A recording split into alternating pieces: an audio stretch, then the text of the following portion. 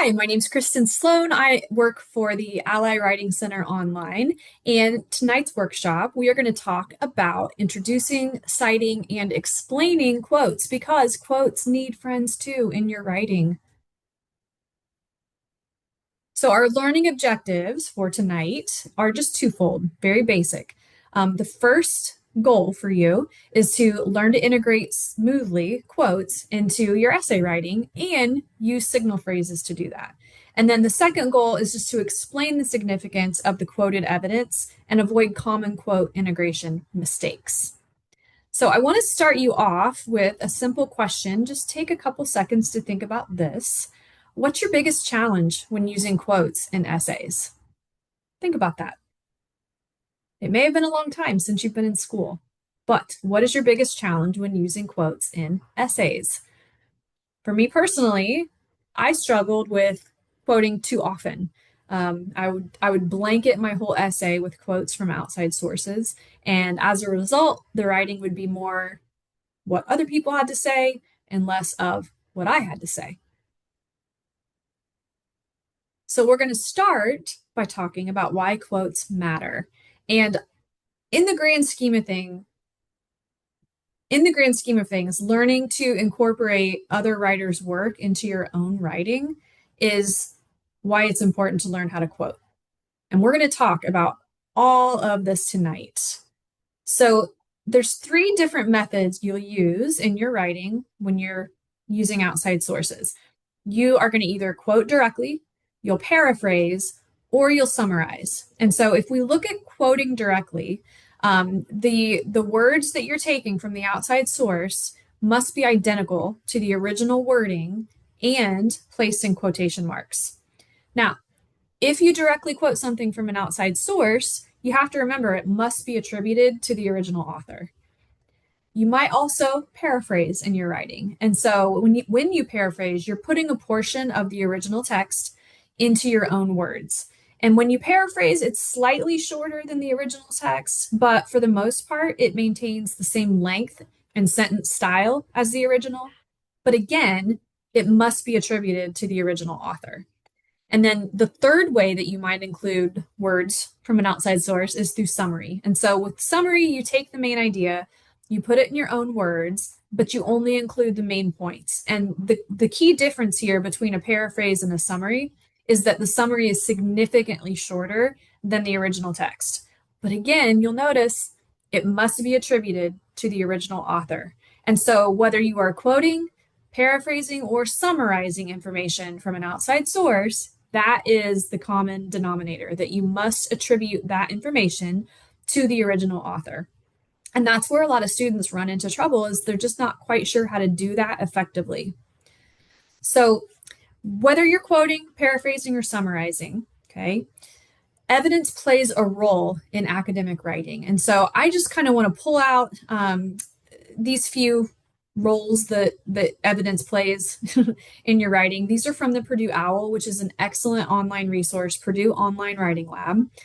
So evidence in your writing is going to provide support for your claims, and it's also going to add credibility to your writing, which that's important. We want to seem and appear credible. If we're trying, especially to convince someone to adopt our viewpoint or our perspective, we want to appear credible.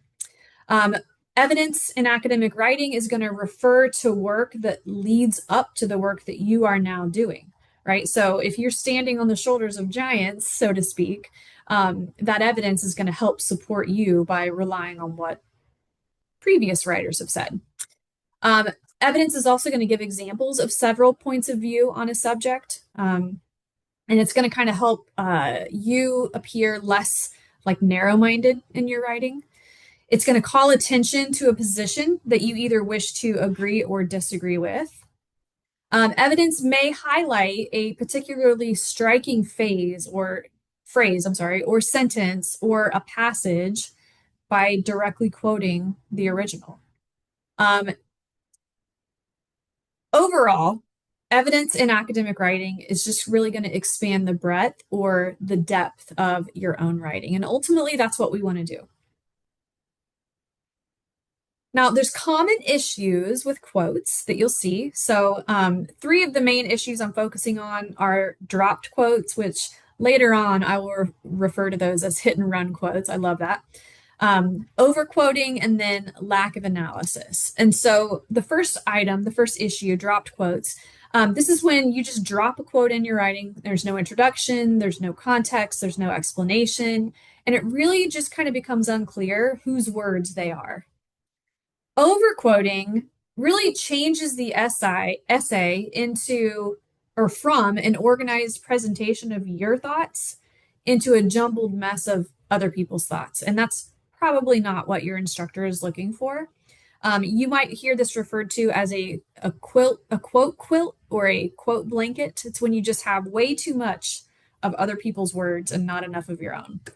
And then the third issue is lack of analysis. So, lack of analysis, it just kind of leaves a gap where instead of connecting source information back to your main point, you just introduce the quote, drop it in, and then you leave.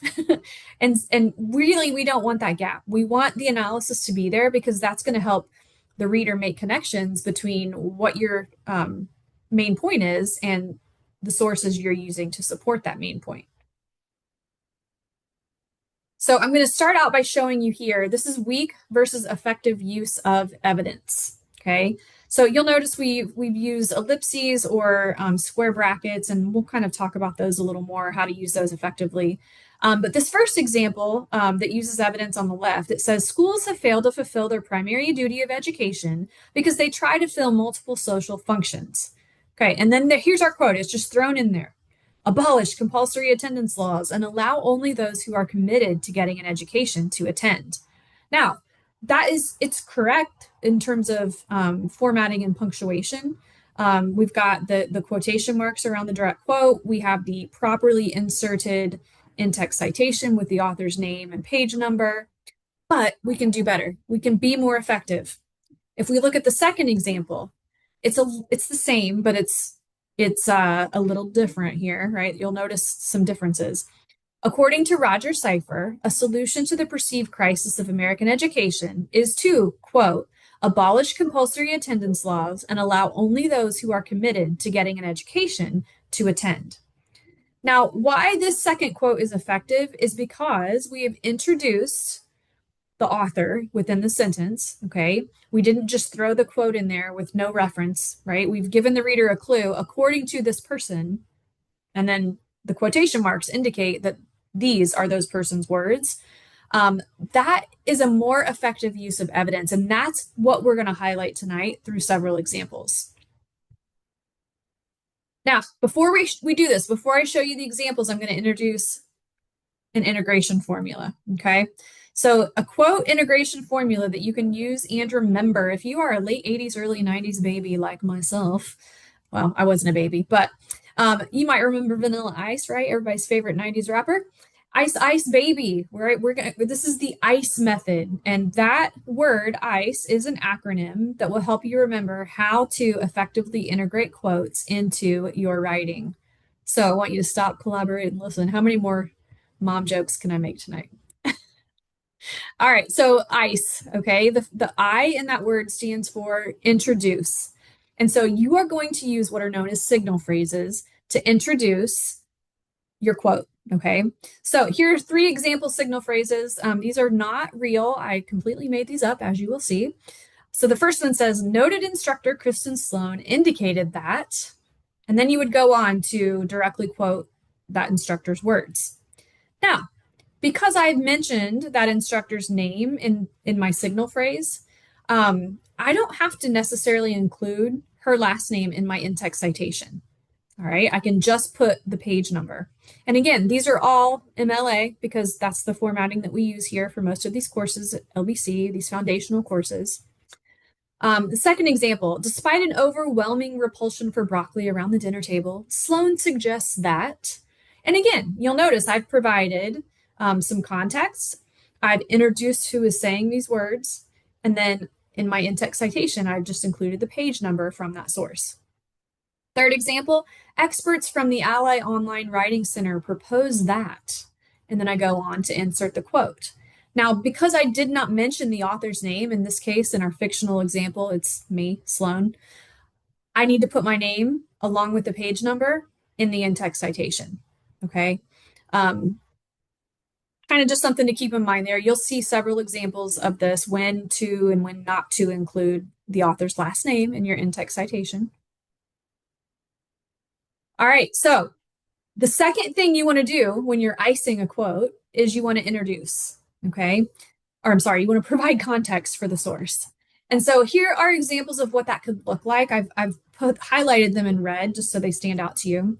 So the first example of providing context. So Kristen Slone, you're introducing who said these words. Here's the context. An Ally Online Writing Center tutor expressed that, and then you go on to insert that quote. Again, we don't need Sloane in the in-text citation because we've already mentioned her in the statement.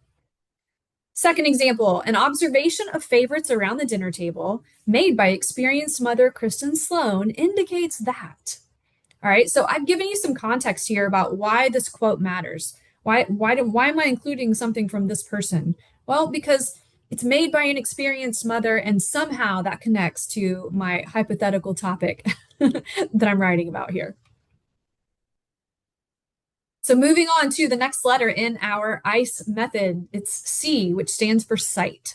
So this is where you are going to insert the quote correctly, and you're going to follow MLA guidelines. Although, if you are taking a course that uses a different formatting style like APA or Chicago, okay, same thing. You could still ICE the quote, but we're following MLA guidelines here, and I'm going to give you some hypothetical information to set up the citation. So at the very top, okay, this information is from a book written by an author named Kristen Slone. And the source, the book, is called Why Do My Kids Hate Broccoli? And it was published by Tyndale in the year 2026. All right, so that's my source info. And then the quote that I'm interested in using is here in bold: most kids hate the taste of broccoli unless it is smothered in Velveeta, and mine are no exception. Now, that's actually not true. My kids kind of eat broccoli willingly without Velveeta, but most kids don't. So I just, I'm having fun here. So here's 3 ways you can correctly cite this quote in your writing. All right, the first one says, Sloane stated when asked if she was bothered that her kids refused to eat veggies that most kids hate the taste of broccoli, and mine are no exception. And you'll notice here, I don't know if you can see my mouse on the screen, but you've got these 3 dots. This is an ellipsis or an ellipses. And this is indicating that I have removed a portion of that direct quote.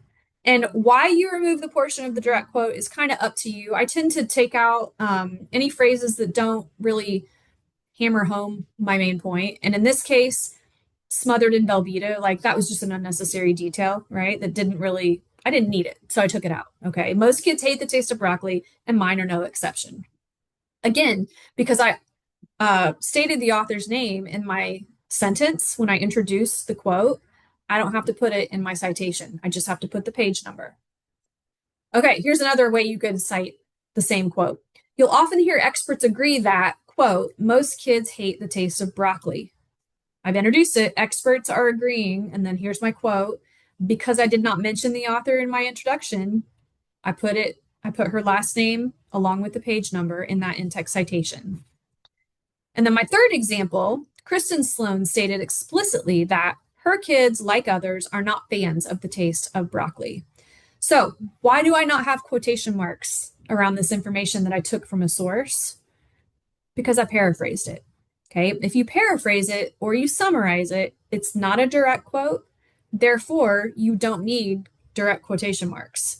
However, because it's not your words, because you've taken it from an outside source, you do still need to insert that in-text citation. And because I mentioned her name in the quote or in the sentence, I don't need to put it in the in-text citation at the end. All right. Moving on to the third letter in our ICE method, E stands for explain. So you have introduced and provided context. You have cited correctly the quote, whether you are quoting, paraphrasing, or summarizing. And now this is the fun part as far as I'm concerned. This is the explanation. It's where you analyze the quote and you make that connection back to your thesis for the reader. So let's look at a hypothetical paragraph here. Sloane stated when asked if she was bothered that her kids refused to eat veggies that, quote, most kids hate the taste of broccoli and mine are no exception.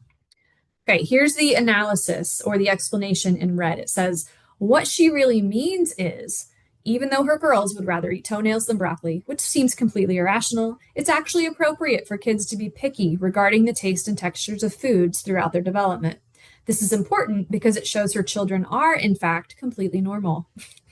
So I've gone on, after I've introduced and cited the quote, I've gone on to explain like why does this quote matter? Why, out of all of the information and all the sources on this topic, did I pull this?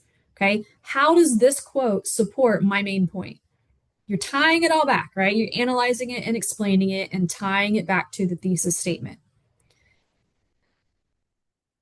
Now, I wanted to share with you, this is a document, again, from the Purdue OWL, which is a wonderful source. But it's a kind of just an infographic, a snapshot of how to quote others. And I love what it says here at the top. Every quotation needs to have synthesis to provide context to the relevancy of the quote. Okay? Like that right there is the whole point of this entire workshop. We have to provide context to the reader of why this quote is relevant. Otherwise, it just seems disconnected. If you look here at the left, this gives you like a list of templates that you could use when you're introducing quotations into your writing. And I just love these. X states, right? That's very simple. Smith states, and then you have the quote from his source. Or you could say in their article, and then give the article title. X suggests that, and then go on to quote directly. There's just so many different ways that you can introduce quotations that just really set up your citation and then eventual analysis of it and help the reader follow your line of thought. Now, when you're explaining quotations, again, you'll see I use one of these templates in my explanation that I shared with you. So what X really means is that, okay, that's just a way to clue the reader in that I'm getting ready to analyze what that person said and connect it to my main point for you. And then in case you ever get bogged down with the same, like I tend to say things like Smith said, Johnson states, right? I tend to use the same kind of boring verbs of attribution. Here are some examples for you, right? Give a little pizzazz, a little, I don't know, something, something. You could say Sloane hypothesizes that, and then go on to quote, or Sloane suggests that, or Sloane claims that. You just play around with these verbs of attribution and use the ones that feel most natural to you and that kind of fit with your writing style. All right, so we're going to do some guided practice, and this is going to be probably the easiest little example I could find for you. Again, I've got my sources at the end of these slides, but I really, really loved this worksheet. It's the art of using quotations. And so earlier I talked about dropped quotes. This source calls them hit and run quotations. I love that so much. It describes a hit and run or a dropped quotation as a quote that's quickly dropped into a paragraph. No warning, there's no context, there's no follow-up. It's just like a hit and run, right? We drop it and we leave. So we're going to walk through how do we use quotations correctly? Okay, this is a review. Step one, we introduce the quote. So you've done the research, you've gathered the information, you know that the information is important, you know it's relevant. Now it's time to share it with your audience. So here's my sample paragraph. It says the banning of private ownership of automatic rifles will make for a safer country. Okay, that's the writer's claim. Okay, now they're going to introduce a quotation that supports that. So in her recent study of national gun control policy, firearms and violent crime in America, Janet Smith argues that, and then she goes on, or he goes on to list the quote from the source.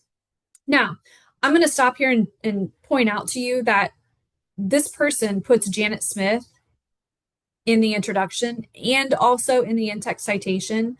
I do not necessarily think that is required. If you have introduced the quote by using the author's name, it is perfectly acceptable to leave that name out of the in-text citation. However, defer to your professor, defer to the latest edition of MLA formatting for that. Okay, so if you're watching this and there's something else out there besides MLA 9 that says that you have to put the author's name no matter what, then do that. Okay, here's a bad example, okay, of a quote integration. So this is a hit and run quote. The banning of private ownership of automatic rifles will make for a safer country. Okay. And then, boom, there's the quote. The proliferation of privately owned rifles only promotes violent crime. Okay. We have no introduction, no context provided for that quote. It's just dropped in and then it's very jarring. Okay. It's jarring to the reader. Okay, step two to smoothly integrate quotes, right? We want to analyze it. You can't just tell your audience where the quote comes from. You have to show them why it matters. And in this case, in bold, this is the analysis of the quote that they've inserted. Smith's research shows, and then they go on to explain what it shows, a correlation or an argument against, whatever the case may be, they've explained it, and then they've come to a conclusion. Therefore, it seems reasonable to do X, Y, and Z. Okay. Again, in the slides, when I send these out, you will have access to that source. And then let's take a look at a signal phrase activity. So I'm going to kind of jump forward. The whole point of these signal phrases activities from Excelsior University is to kind of get you accustomed to identifying the introduction, the citation, and the explanation, right? To kind of cement that in your brain. Because again, a lot of beginning writers, they make the mistake of quoting too much and they kind of end up losing their voice to the voice of all the other people whose work they've been using in their research. So let's take a look at some examples here. Okay. The first question, and this is true or false, your source's credibility and relevance are important. True or false? I'll give you a minute. I'm going to say that's true. I'm going to check. Yes. Okay. Your credibility and relevance. If you've ever heard of the CRAP test, those are the first two items in that acronym.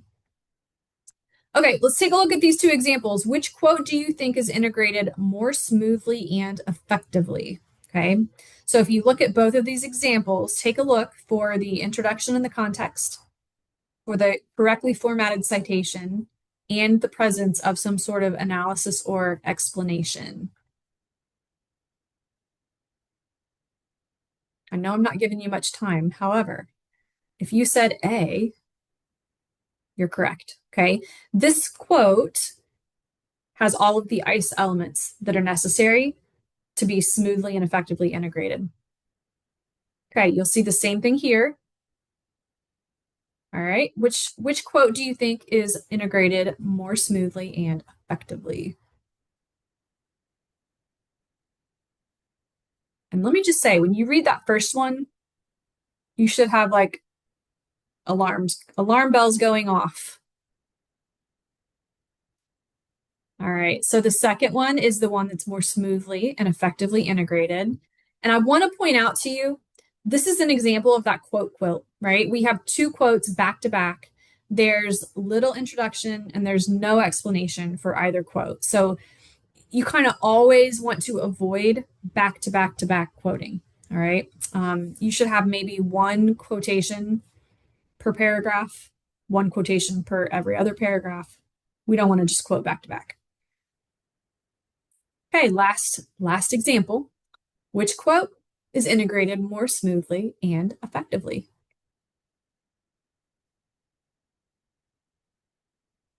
I'm going to go with B. Correct. Okay. You'll notice also this is not MLA formatting. Okay. But we were looking at these examples for quote integration, so I wasn't worried that it was using a different format. This is APA, I believe. All right, so we check our score. Look at us. We got 4 out of 4 correct. We are so smart. All right, so let me jump back in here.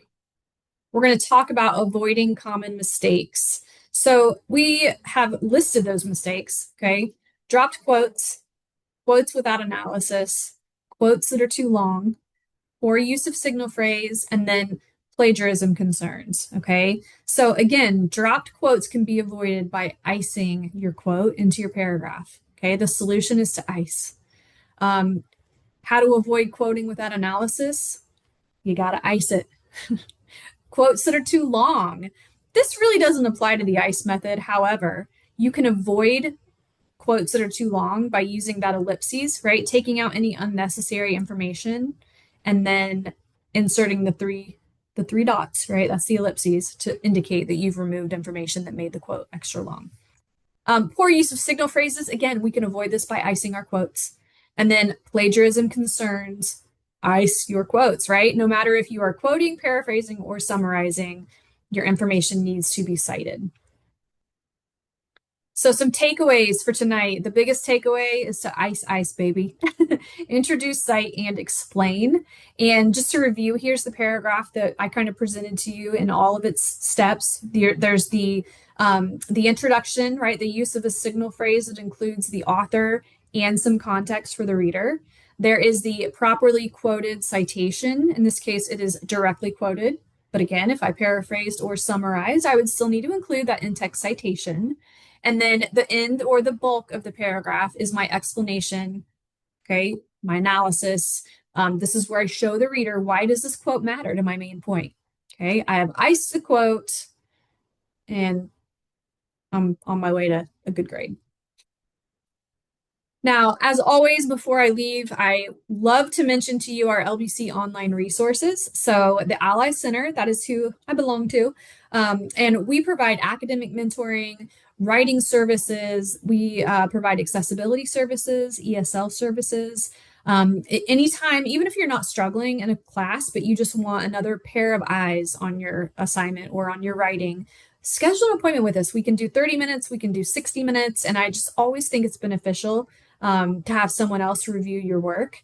If you're not necessarily struggling with writing, but maybe you're having some time management concerns or you need to review some study skills or just kind of brainstorm better ways to more effectively delegate your tasks, schedule with us. We love to talk to students. This is our joy, and we are always here. Everybody in the Ally Center online is wonderful. So you can click on any of these links. It will take you to the same page where all of these services are available for scheduling.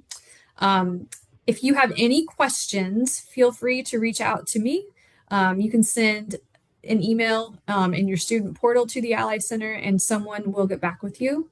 And as always, I just want to thank you for joining me. It's been my pleasure, and I hope that you're able to take something that we've talked about tonight, preferably the ICE method, and use it effectively in your next assignment. So thank you and have a great night. See you next time.